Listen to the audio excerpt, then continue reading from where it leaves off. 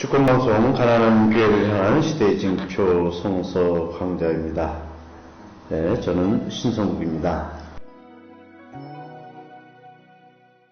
해방신앙연구소 김근수 수장님도 함께 이 자리에 오셨습니다. 안녕하십니까? 네.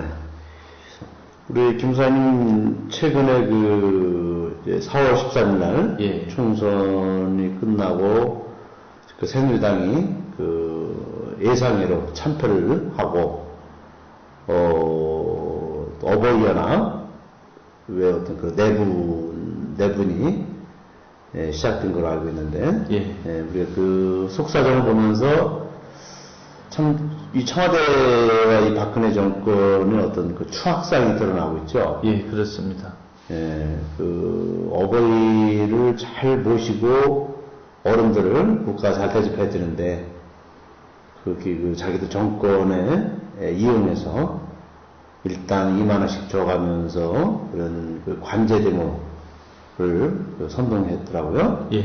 또 거기에 전경련이 개입해 있고 국정원이 뒤를 봐주고 정보를 제공하고 또 청와대 행정관이 또 지시를 내리고 참 온갖 추잡한 짓을 많이 벌였더라고요. 예, 그렇습니다. 추잡한 일 한 것도 그렇지만 추잡한 일이 드러나는 게 심상치 않습니다. 이 드러났다는 것은 현재 박근혜 정부의 권력 구조에 지금 틈이 생겼다 이렇게 예측을 합니다. 이러한 것은 내년 대선 때까지 아마 여기저기서 계속 터질 걸로 예상합니다. 이승만, 박정희, 전두환, 이명박, 박근혜 이 나쁜 악의 세력들이 권력이 이제 끝장내야 될 시점이 차차 다가오고 있습니다. 그래서 우리 성서 공부하는 애청자들과 저희들은 이 나라가 악의 세력에서 벗어나서 선한 사람들의 권력으로 향하도록 앞으로 1년 반 열심히 더 싸우고 눈을 똑바로 떠야 되겠습니다. 김수장님은 이번 4월 13일 날 투표 선거를 마치고 이제 개표 방송이 시작되지 않습니까? 그때까지만 해도 많은 사람들이 좀 우려를 했어요. 그렇죠. 오늘 이 결과가 어떻게 나올까?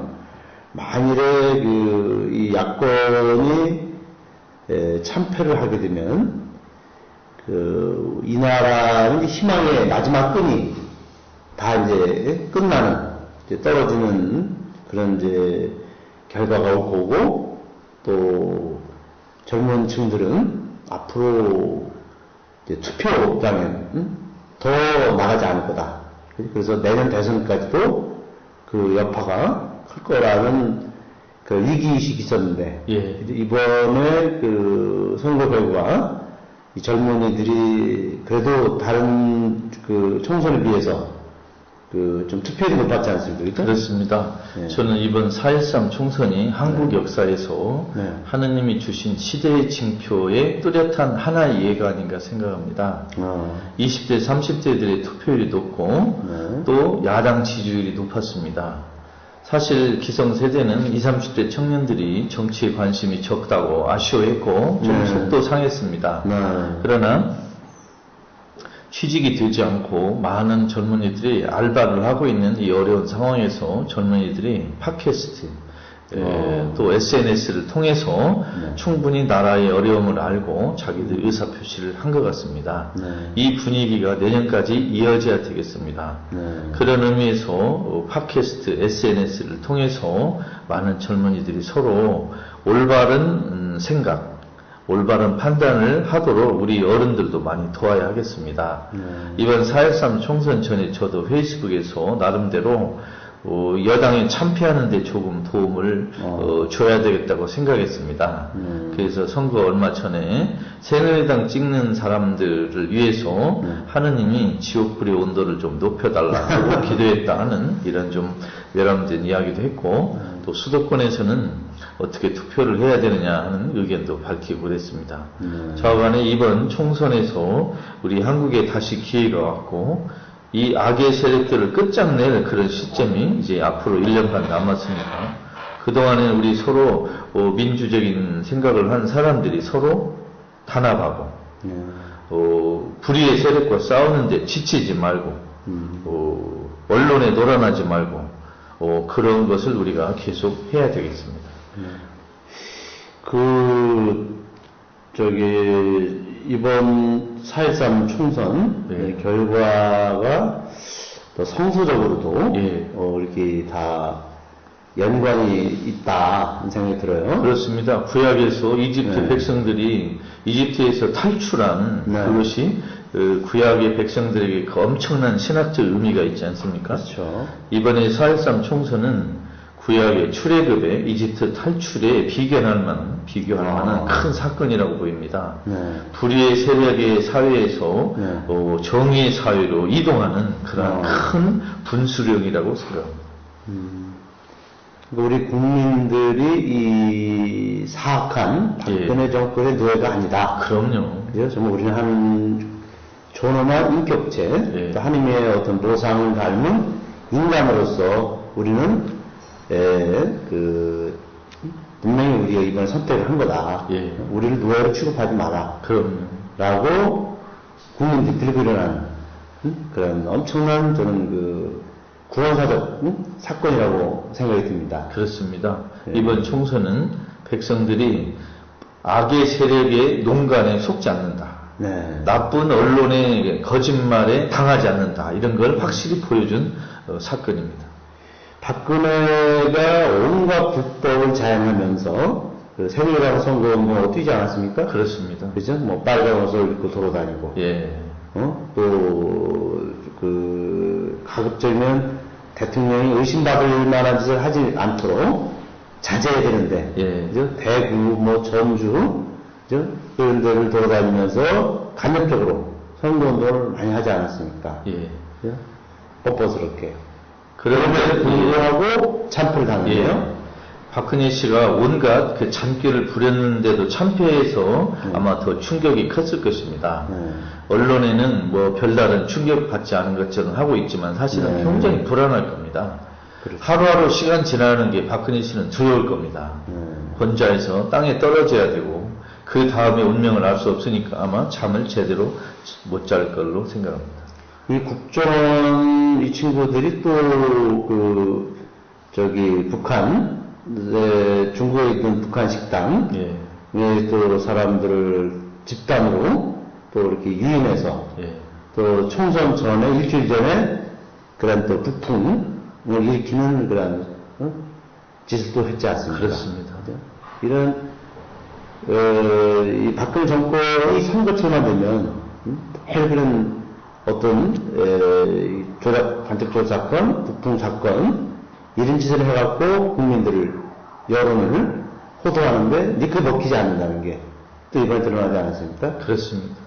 그러니까 옛날에 이집트의 파라오가 국민 히브리 민족들을 억압하면서 온갖 그런 하나님의 뜻에 거역하는 짓을 했는데도 불구하고 하나님은 모세를 통해서 당신 백성들을 해방시켰죠. 결국 이번에 이 총선은 하나님의 심판이었다. 저는 그때 그렇게 생각이 듭니다. 그렇습니다. 앞으로 박근혜 씨나 정보기관이 온갖 나쁜 잔꾀를 속임수를 쓰겠지만 우리 현명한 젊은이들과 백성들은 속지 않을 것이다.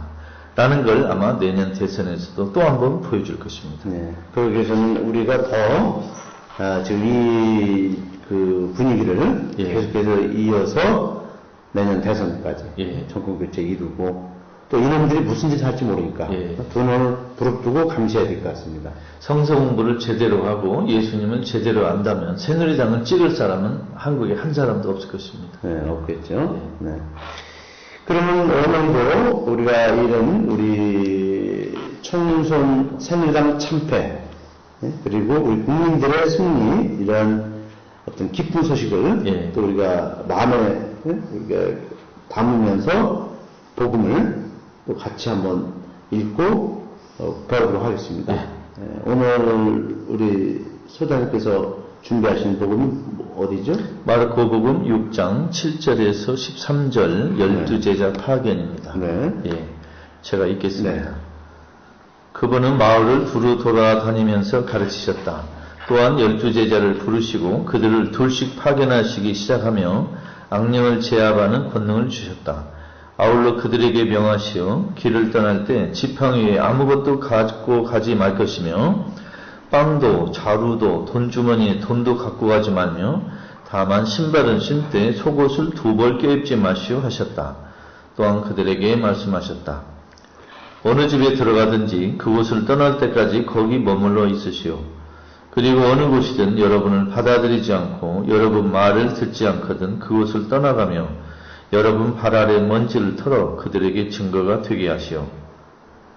그래서 그들은 떠나가서 회개하라고 외쳤다. 그리고 많은 귀신을 내쫓고 많은 병자에게 기름을 발라 고쳐 주었다. 네. 오늘 제목이 12제자 파견. 네, 그런데 12제자를 불러 더러운 악령을 제어하는 권세를 주시고 둘씩 짝지어 파견하셨다. 예수님께서 12제자를 실제로 파견을 했습니까? 이 부분에 대해서 지금 성서학자들 의견은 두 갈래로 나눠져 있습니다. 네. 한쪽에서는 12제자를 실제로 파견하셨던 것 같다. 네. 한쪽에서는 이렇게 예수님의 죽음, 십자가 상에서도 도망친 이렇게 허접한 12제자를 그 전에 파견했을 리가 없다. 무슨 교생 실습 보내는 것도 아니고 수학여행 보내는 것도 아니고 예수에 대해서 아직 믿음도 없고 잘 모르는 12제자를 이렇게 파견했을 리가 없다 하는 두 그룹으로 지금 나눠져 있는 상태입니다. 예. 그리고 이제 여행하는데 지팡이 이외에는 아무것도 지니지 말라고 하시며 예. 먹을 것이나 자루도 가지지 말고 전대 돈도 지니지 말며 신발을 신고 있는 것을 그대로 신고 속옷은 2벌씩 껴입지 말라고 분부하셨다. 예수님께서 12제자 파견하시면서 예. 이제 그렇게 권고하셨는데 예수의 이 말씀 오늘 가톨릭 교회에서 거의 무시되고 있다는 생각이 듭니다. 좀 그런 생각이 듭니다. 오늘날 가톨릭 교회에서 해외로 선교사를 파견하든 또는 교포 사목을 파견하든 아니면 국내에서 어떤 일을 하든 간에 맨 먼저 하는 것이 돈을 모으는 일입니다. 그런데 여기 보면 심지어 선교하는 제자들이 의식주의 가장 중요한 것도 가지고 다니지 말라고 엄격하게 명령하십니다. 그런데 오늘날 우리는 사실 거의 모든 상황을 대비할 수 있는 돈을 마련하고 비상시에도 쓸 수 있는 여러 가지 대책까지도 다 마련해 놓습니다. 그러면 오늘 성서규절에서 우리가 배운 게 대체 무엇일까 걱정이 됩니다. 성서규절을 하나하나 뜯어보겠습니다. 지팡이는 맹수와 강도를 물리칠 때 쓰는 무기 같은 것입니다. 걸을 때 편하려고 짚는다는 것보다 맹수와 강도를 만났을 때 싸우는 무기, 호신용, 예, 자기 방어 무기입니다. 신발은 또 이스라엘에 많은 가시덤불, 또 돌이 많은 땅을 걸을 때 필요합니다. 그러면 발이 상하겠죠. 그런데 그 당시에도 좀 비싸고 편한 구두는 여기 나와 있지 않습니다. 마르코가 허락한 지팡이와 신은 누가복음 9장 3절, 마태복음 10장 9절에서는 금지됐습니다. 더 엄하게 금지한 것입니다. 속옷은 그 양털이나 이걸로 만들어서 어깨에 걸치던 건데 이것은 보통 부자들은 2벌 껴입었습니다. 그러니까 속옷을 2벌 껴입지 말라는 말은 예수 제자들은 부자들처럼 입지 말라 그 뜻입니다. 예, 예수님의 제자들은 부자처럼 입지 말라. 요새 같으면 좀 메이크 옷은 좀 입지 말라. 비싼 옷은 명품은 입지 말라. 그런 뜻이겠죠. 좌우한 오늘 복음 말씀하고 우리 가톨릭 교회에서 오늘날 하는 거하고는 좀 거리가 먼 것 같습니다. 한마디로 말하면 예수를 전하는 사람들은 가난하게 살아라 이런 메시지를 주는 것 같습니다. 그러니까 복음 선포에 그 소명을 받은 예. 사람들은 이것이 필수적인 그렇죠. 그 조건인데 예. 지금 그 김사님 말씀대로 그 뭐든지 선교할 때 돈이 필요하다. 예. 그래서 이게 외국에 해 나간 분들을 이렇게 선교사들 보면 이 국내로 잠깐 와 있는 동안에 헌금목을 많이 해갖고 와요. 그렇죠. 예수님 이 제자들이 했던 거하고 좀 길이 달라요. 그렇습니다. 예수님은 하느님 나라의 복음을 전하는 제자들은 자기들의 생활 방식, 살아가는 모습으로 사람을 감동시키라고 분부했는데 우리는 우리가 갖고 가는 돈으로 사람들을 설득하려고 준비하는 것 같습니다. 선교사들 본인들의 생활 양식에서는 크게 신경을 안 쓰고 가지고 간 돈으로 현지 주민들에게 어떻게 매력을 얻을 것인가. 밀가루 선교라고 할까요? 이 돈을 통해서 사람들을 이렇게 매혹시키는 종류로 많이 신경을 쓰는데 일단 그런 것은 예수님의 말씀과 거리가 멀다 하는 것은 잊어서는 안 되겠습니다. 그러니까 가령 아프리카에 선교 나간 그 신부나 예. 수도자들이 그 사람들과 생활 똑같이 예. 같이 하고 예. 원시인은 또 원시인들 생활 속에서 그렇게 하면서 그들 생활 속에서 복음을 선포하는 것이 그 정당한 일인데 뭐 우리는 뭐 가서 거기에 있는 사람들 학교를 만들어주고 뭐 병원을 세워주고 또 이렇게 뭐 어떤 물질적인 것을 해주면서 선교하겠다. 그래서 우리나라에 선교사들이 들어왔을 때도 다 그런 방법을 걸 보고 있어요? 그렇습니다. 지금 외국에서 여러 곳에서 나름대로 고생하고 애쓰는 분들에게 좀 섭섭하고 좀 속상할 말씀인지 모르지만 예수님은 선교할 때 돈을 통해서 하라고 한 일은 하나도 없습니다. 그래서 우리가 국내든 국외든 선교할 때 돈을 통해서 하는 일은 서두르지 말고 그게 원래 주요한 일은 아니다. 이런 것은 우리가 가끔이라도 좀 기억해야 되지 않는가 그렇게 생각합니다. 선교의 목적과 방식을 예수께서 구체적으로 제시하셨는데 그럼요. 그럼 그대로 지금 통용되어야 되고 예. 그리고 예수님은 오늘 이 말씀이 오늘 가톨릭 교회 주는 메시지는 뭐로 우리가 좀 저는 한국 교회에서 지금 가장 큰 문제가 뭐냐 교회가 돈이 없으면 아무것도 할 수 없다. 뭘 하려면 일단 돈이 필요하다. 이런 사고방식인 것 같아요. 이것은 주교나 사제나 수녀나 평신도나 모두 공통적으로 일치하는 의견 같습니다. 돈 없이 우리가 뭘 해? 우리가 뭘 하려면 돈이 필요해. 모든 우리 가톨릭 교회의 행동을 돈과 연관짓는 이 버르장머리가 저는 우리 한국 천주의 가장 큰 문제라고 생각합니다. 그것은 아마 우리 모든 가톨릭 신도들이 마음속에 돈 없으면 성당을 어떻게 다녀? 돈 없이 성당이 어떻게 움직여? 돈 없이 무슨 선교가 돼? 해서 모든 걸 돈하고 연관짓는 어떻게 보면 돈하고 가장 거리가 멀어야 되는 가톨릭 교회가 돈하고 가장 관계가 있는 것처럼 생각하고 들어가는 이것 자체가 현재 우리 모습이 아닌가 싶습니다. 좀 안타깝습니다. 근데 이제 지금 우리가 알고 있는 이 모든 사회 시스템이 하여튼 자본주의를 바탕으로 이제 이렇게 이제 돌아가는 시스템이기 때문에 뭐 어떻든 간에 이제 이것은 부정할 수 없다 라고 이게 생각하고 있고 또 그래서 교회에는 뭐 유지재단, 법인 이런 걸 만들어 놓고 재산을 관리하고 이렇게 이제 어떤 사업을 펼치고 합니다. 병원 사업, 학교 사업, 또 사회복지 사업. 그러니까 교회의 기본 구조가 다 돈으로 연결되어 있습니다. 그런데 이제 김수환님 말씀이 한편으로 이해가 되면서 한편으로는 그래도 돈 없이 아무것도 우리가 할 수 없는데 어떡하냐라고 또 이렇게 어떤 질문을 던질 수가 있지 않습니까? 예수 시대를 한번 보고 싶습니다. 네네. 예수님은 생전에 성당 교회를 하나도 지은 일이 없고 없죠. 베드로 바오로도 하나도 지은 일이 없습니다. 네. 베드로 바오로가 선교를 위해서 모금을 한 일도 사실은 없습니다.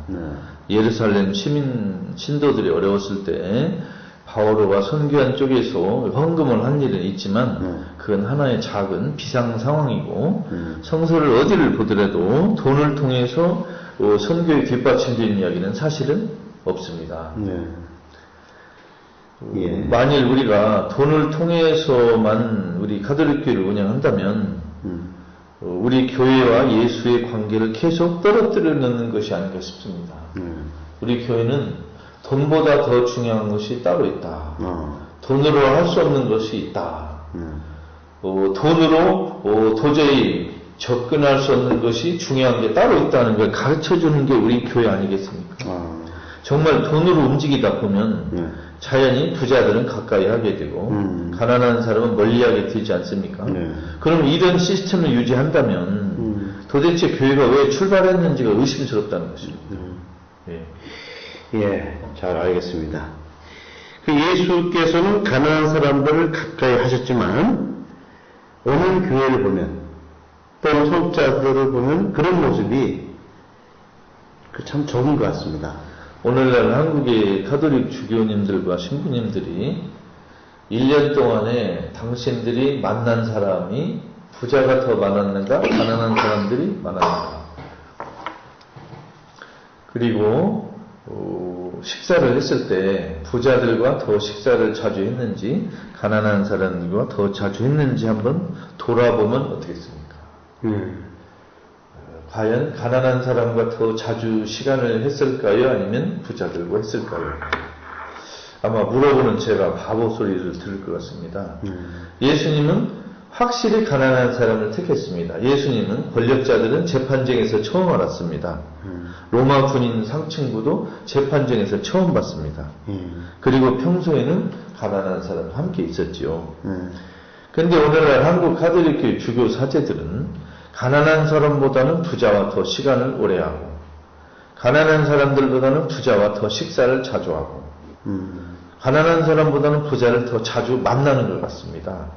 그러면 이게 과연 예수님이 하는 생활 방식과 어울리는가 아니면 반대인가, 이것은 적어도 알아야 되지 않겠습니까?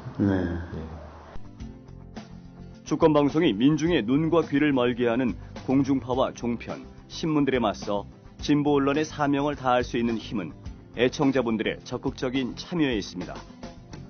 주권방송을 후원해 주십시오. 홈페이지 www.615tv.net에서 민들레 홀씨 정기 후원인이 되어주시거나 우리은행 1005-501-779-765 주식회사 주권방송으로 직접 후원을 해주셔도 좋습니다. 저희 주권방송은 평화 번영과 민주 회복을 위한 진보 언론의 사명을 성실히 수행할 것입니다. 주권방송과 함께해 주시기 바랍니다.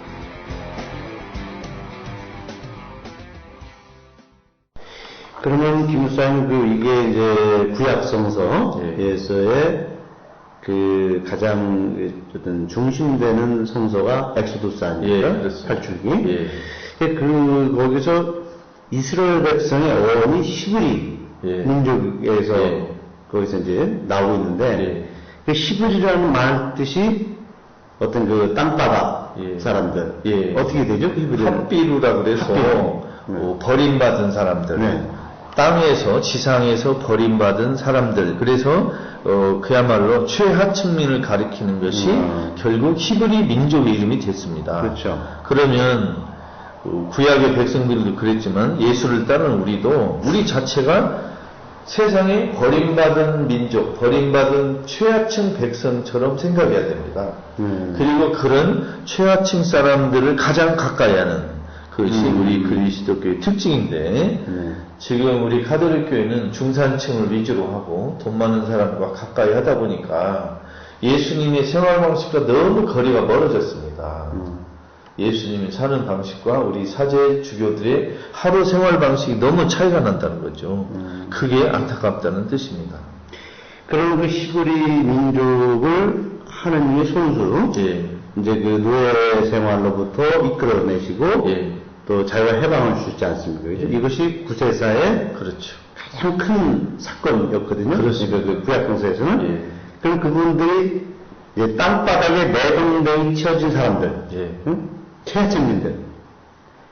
그러면 오늘날 교회가 해야 될 존재, 목적과 사명은 바로 그들에게 하느님의 구원 하나님의 해방을 선포하는 거 아닙니까? 그렇습니다. 그럼 그들을 배제시켜놓고 다른 사람들이 간다는 것은 구제사와 전혀 관계없는, 구원사과 전혀 관계없는 일이 아닐까요? 그렇습니다. 만일 우리 교회나 성직자들이 우리가 나름대로 가난한 사람하고 가까이 하려고 애쓰고 있어라고 말을 자신 있게 한다면 가난한 사람들에게 물어보면 됩니다. 가난한 사람들이요, 당신들 보기에, 여러분 보시기에 로마 카톨릭 교회가 여러분들을 선택하고 편들고 있습니까? 라고 물어보면 됩니다. 그러면 아마 천만의 말씀이 무슨 소리예요? 요새 돈 없으면 교회에 성당 못 갑니다. 또 종교는 우리 같은 가난한 사람에 관심 없어요 하고 핀잔을 들을지도 모르겠습니다. 그러니까 그 교회가 히브리라는 말을 제대로 알아듣는다면 예. 지금 우리 이 대한민국 안에서의 히브리 그 민족이 누군가를 제대로 파악하고 그들을 구원하러 그런 우리가 가야 되는 것이죠, 현장으로. 그렇죠. 예, 네. 그렇죠. 예. 예수께서는 가난한 사람들을 중요하게 생각했지만 교회는 가난한 사람보다 성직자를 더 중요하게 여기는 것 같다 하는 거예요. 그러니까 성직 중심주의. 그렇습니다. 우리 지금 지구가 태양을 중심으로 회전하고 있지 않습니까? 그러면 예수님은 가난한 사람을 중심으로 회전했습니다. 네. 그러면 우리 교회도 가난한 사람을 중심으로 빙빙 돌아야 되는데 교회는 성직자를 중심으로 빙빙 도는 것 같아요.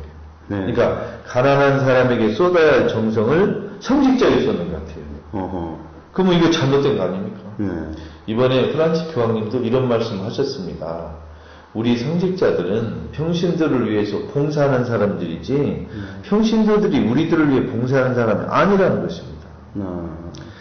제자들은, 성직자들은 가난한 사람과 예수를 연결하고 이어주는 보조, 엑스트라 역할이지 성직자 자체가 교회의 스타나 주연배우는 아닙니다. 그래서 우리 교회를 움직일 때 성직자보다는 가난한 사람이 먼저다. 가난한 사람이 1순위고 성직자 평신도는 다음 순위다. 이런 걸 좀 정확히 기억했으면 좋겠습니다. 네. 그 아까도 우리 히브리라는 말을 썼지만 예. 이게 이제 그 어떤 비층, 예. 비층 민중들. 지금 오늘날 우리 구체적으로 얘기하면 그 생산업에 종사하는 그 노동자들, 예. 또 그 농촌에서 농민들이 이제 또 이렇게 필요한 우리 양식을 제공하지 않습니까? 그렇습니다. 어떻게 보면 그분들이 오늘날 히브리에 가장 가까운 그런 그 민족으로 저는 생각하고 되는데 예수님 당시의 히브리는 네. 농부, 어부 주로 이런 분들이었습니다. 그런데 우리 한국으로 무대를 옮겨보면 오늘날 농민, 어부, 노동자 그렇죠. 특히 비정규직 노동자들이 이 히브리의 핵심이라고 생각합니다. 예. 그러면은 오늘의 히브리가 누군가를 면밀히 따져보면은 교회가 누구보다도 예. 농민들과 노동자들에 대한 1차적인 관심이 그렇죠. 필요한 거 아닙니까? 그렇습니다. 예. 근데 실제로 그 농민 어떤 그 시골의 건방이라든지 아니면 그런 어떤 그런 노동자들이 많은 지역의 건방들 보면은 그분들과 이렇게 관련 없이 사목이 이루어져요. 그러니까 도시 사목이나 농민 사목이나 농촌 사목이나 구분이 안 됩니다. 그냥 똑같이 이루어져야 돼요. 그러니까 그걸 보면 우리 교회는 농민자, 노동자 문제에 대해서 큰 관심이 없다. 이런 것이 분명한 사실이죠. 그래서 여러 어려움도 있지만 우리 가톨릭 교회가 성당을 자기 발로 찾아오는 중산층, 먹고 살만한 사람들을 위한 베이비시터 이런 건 그만두고 시간이나 돈, 마음의 여유가 없어서 성당에 오지 못하는 사람들, 가난한 사람들 우리가 찾아가는 그런 쪽으로 좀 큰 방향 전환이 있었으면 좋겠습니다. 찾아가는. 예. 미사에 찾아오는 사람들을 위한 서비스 준비가 아니고 성당에 올 수 없는, 오지 않는 사람들을 좀 찾아가는 쪽으로 이 본당 운영의 큰 주제가 좀 바뀌어야 되지 않나, 이렇게 생각합니다. 예. 그렇죠. 그리고 오늘 이 복음과 연관돼서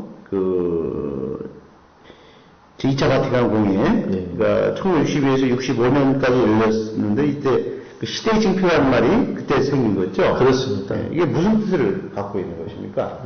제2차 바티칸 공회는 1962년에서 65년 3년 동안 전 세계 모든 나라의 주교님들과 그 대리자들이 참석했습니다.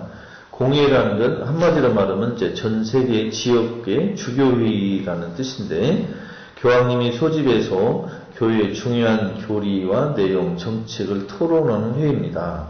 지금 지나간 지가 51년 됐습니다. 62년, 65년이면 1, 2차 세계대전이 끝나고 제3세계에서 식민지 각국이 독립운동을 하고 독립하는 그 시기입니다. 그래서 그 당시에 유명한 말이 생겼습니다. 시대의 징표를 복음의 빛으로 해석하자. 시대의 징표라는 말은 하느님의 뜻이, 백성의 뜻이 나타나는 중요한 굵직굵직한 역사적 사건을 시대의 징표라고 합니다. 예를 들면 가난한 나라들이 독립했다. 또 가난한 백성들이 세상과 교회에 항의한다. 이런 것을 시대의 징표라고 합니다. 오늘 우리 한국으로 말하면 우리 한국의 그 시대의 징표는 무엇이 있을까요? 예를 들면 뭐 남북 통일, 또 억압적인 정권에서 해방, 미국과 중국 또는 그 큰 외세의 개입으로부터의 해방, 또 가난한 백성들이 먹고 살 수 있는, 즉 여러 가지로 칠 수 있겠죠. 하여튼 그 2차 공의에서 시대의 징표는 하느님의 뜻이 구체적으로 나타난 굵직굵직한 정치 경제적 사건을 가리키는 전문 용어입니다. 예. 그러니까 그 시대에 하나님의 뜻이 무엇인가를 우리가 보고 또 식별하고 판단하고 행동하는 것이죠. 그렇습니다. 예를 들어 우리 한국 같으면은 최근 역사로만 좁힌다 보면 5.18 광주 민주화운동. 이건 백성들이 독재 정권에 저항하는 엄청난 사건이었지 않습니까? 민주주의를 바라는 백성들의 뜻, 이게 시대의 징표입니다. 예를 들면, 그리고 세월호 참사, 억압 정권의 통치에 저항하는 백성들의 그 슬픔이 나타난 사건, 또 엊그저께 4.13 총선은 백성들이 악의 세력의 통치에서 해방되기를 열망하는 그러한 사건, 이런 식으로 시대의 징표를 볼 수 있다고 생각합니다. 그렇다면은 이 안중근 의사 같은 경우, 그 지금 일제로부터 우리가 억압당한 그 시기에 시대 징표를 명확히 읽고, 그렇죠. 이제 그것을 당신이 하나님의 뜻을 실천하기 위해서 행동을 옮긴 것이죠. 그렇죠. 안중근 의사는 식민지 백성의 해방이라는 시대의 징표를 읽으신 분입니다. 그리고 시대의 징표를 읽었을 뿐만이 아니라 본인이 그 표징으로 자기 목숨을 버린 아주 정말 한국 천주교회를 대표하는 모범적인 평신도라고 말할 수 있겠습니다. 근데 그분이 그 시복도 안 되고, 시승도 안 되고, 가경자도 안 되고, 그 교회는 아무런 그분에 대한 그분의 역할, 그 시대의 징표를 읽고 평신도로서 정말 예수님의 삶을 그대로 따라가는 사람에 대해서 아무런 예우를 안 해주는 것이 오늘 한국 가톨릭 교회가 역사적 의식이 없는 거 아닌가? 사실 안중근 의사는 우리 한국 가톨릭의 시성 작업에서 맨 앞순위에 와야 마땅할 인물입니다. 그런데 안중근 의사만 쏙 빠졌습니다. 얼마 전에 염수정 추기경이 안중근 의사의 시복을 추진하겠다는 의사를 밝힌 기사를 읽었습니다. 참으로 늦지만 다행스러운 일인데 진즉해야 됐었고, 그동안 안중근 의사의 시성 작업을 미룬 한국 천주교 주교들이 크게 반성하고 책임을 져야 마땅하다고 생각합니다. 바로 그런 것을 우리가 시대 징표. 그렇습니다. 근데 그것을 우리가 좀 더 역사적으로 거슬러 올라가면 우리 그 박해시대, 예. 초창기 초기 교회, 우리 한국천주교가 박해시대 때도 우리 그 순교자들은 시대의 징표를 읽고 인간 평등 사상, 네. 그 당시에 그런 봉건체제를 거부하고 인간 평등 사상을 실행하다가 그 양반들에 의해서 기득권들에 의해서 우리가 또 많이 박해당하고 그죠? 예. 그걸 죽임을 당하지 않았습니까? 예. 결국 정말 하나님을 따르는 신앙인들은 사실 시대의 징표를 제대로 읽고 그래서 순교자가 됐고 아닌 것 자체는 순국자가 됐고 오늘 우리 교회가 순교 연습을 이어받자라고 하면서 시대의 징표를 제대로 못 읽고 있는 것이 아닌가 생각이 들어요. 그렇습니다. 시대의 징표는 묘하게도 교회 안에보다 교회 밖에서 먼저 읽었습니다. 네. 그리고 특히 성직자들이 시대의 징표를 바라보고 확인하는데 좀 늦었습니다. 그래서 오늘 우리 한국 천주교회도 과연 주교단, 사제단이 오늘 이 시대의 징표를 제대로 읽고 있는가, 그동안 잘 읽어왔는가 하는 것은 사실 좀 돌아봐야 됩니다. 네. 그러면 이제 시대의 징표, 우리 신앙인에 주는 메시지는 무엇으로 우리가 봐야 되겠죠? 하느님의 구원은 역시 역사 마지막에 완성되겠지만 우리가 살아가는 우리 시대에 우리에게 가까이 왔다는 것을 잊어서는 안 됩니다.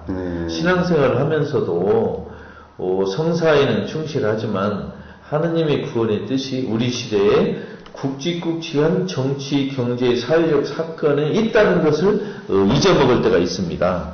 그리고 그것을 알아채는데 실패할 수가 있습니다. 예를 들면 매일 미사에 나가는 착한 가톨릭 신도가 4.13 총선이 하느님의 뜻이다 이런 걸 모르고 지나갈 수가 있습니다. 그래서 우리 사는 역사에 하느님의 구원의 의지가 있고 그것이 어떤 사건을 통해 나타난다는 것을 알고 그게 어떤 사건인가를 이렇게 귀를 기울이고 눈을 똑바로 뜨고 바라보는 그러한 자세가 필요합니다.